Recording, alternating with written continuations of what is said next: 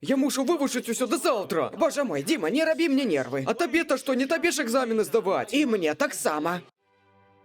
Яшчэ і не пачынаў. Усё адкладаеш на потым. Я ж табе казала. За цябе, Дима, я экзамены не магу здаць. Меля жа прачытаў? Ён быў на экзамене летась. У гэты раз яго не будзе. Толькі паглядзіце, ён на ўдачу спадзяецца. Калі я была школьніца, я абажала вучыцца. Выкшталцоны. Дима, якое слово прыгожае? Засунь яго ў сачыненне. Выкшталцоны, во, паглядзі. Так гарэц, панесе, куды ты лезеш? Я табе дапамагаю, Дима. Так, Галя, так, сядзіць. Ага. Галя, а я ўсё, я не магу, я нервы, я кроплі піла. А што рабіць? Ну такі вось ён. Ну не паступіць, пойдзе працаваць. Я цябе чую. Дима, што такое? Чаго равеш? Я з цёткай Галі гавару. Галя, на з Дімам пагавары. Ён тут побач. На з цёцяй пагавары, давай. Алло, здрасце, тётя Галь. Не зацягвай, не забывай, што экзамены.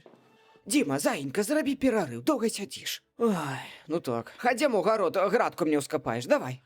Што ты робіш? Бруд на столе, бруд у галаве. Блин, ма, куды? Мы тут подумали, что после экзаменов можно будет собраться с хлопцами, там, с Максом и сходить. Не.